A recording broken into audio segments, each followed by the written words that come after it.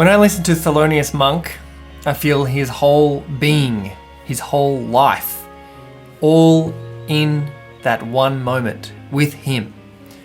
And I think that's because that's where his whole life is, and that's where he lives, in the present moment fully. So I read his biography a few years back, and there's the inevitable moment at the end of the biography where I read about his death. When I got to that part, I wept convulsively for about 20 minutes. I missed him so much. I wish I could have known him. I guess I felt like I already did. And what I valued about him was his stark originality and individuality. And I love this simple quote that comes from him. "A genius is the one most like himself." Thelonious Monk has been the most influential musician on my songwriting, on my singing, and my entire approach to music. I sound nothing like him. I didn't learn to play music from him either. I learned who to be as a musician from him. So all the fancy notes in the world are pointless without a deep emotional connection to the music and the present moment. We don't need more notes or more technology to be better musicians. So he says it like this: "It can't be any new note. When you look at the keyboard, all the notes are there already. But if you mean a note enough, it will sound different.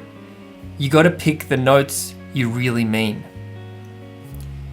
His famous notes, as transcribed by Stephen Lacey in 1960, have very little to do with the content of music, but more about the context of music. All the things that must be in place for the music to connect. So I'm going to share a few of these notes. If you'd like to see the rest of these notes, I recommend you check out the description or the notes for this episode, where I'll link you to a blog post where you can check all of this out. So here are some of my favorites. So just because you're not a drummer doesn't mean that you don't have to keep time. Stop playing all that bullshit, those weird notes. Play the melody.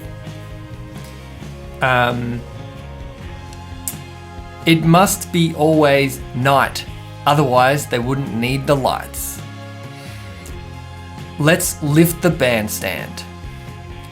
I want to avoid the hecklers. The inside of the tune, the bridge, is the part that makes the outside sound good. And the last one I'll share here, a note can be small as a pin or as big as the world. It depends on your imagination. So there's a number of others that I recommend you check out in the links below. But the way I think about this is that notes, the lyrics, the melody, the music is simply a byproduct of getting everything else right. When you create the right context and your approach to music comes from a place where you understand what you're actually trying to achieve, then the byproduct is music that feels very emotionally connected and transcendent. So when you mix the right ingredients, you get the right cake, a tasty thing that everyone can share in. So if you love Thelonious, let me know in the comments below. Shoot me an email to mijo.biscan@gmail.com about your relationship with Thelonious Monk. If you haven't heard Thelonious Monk before, or for a while, there's also going to be a link below where I recommend you start.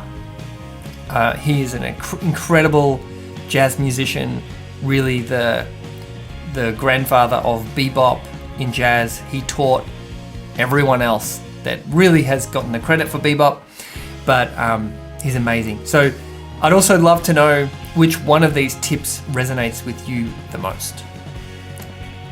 Thanks for listening.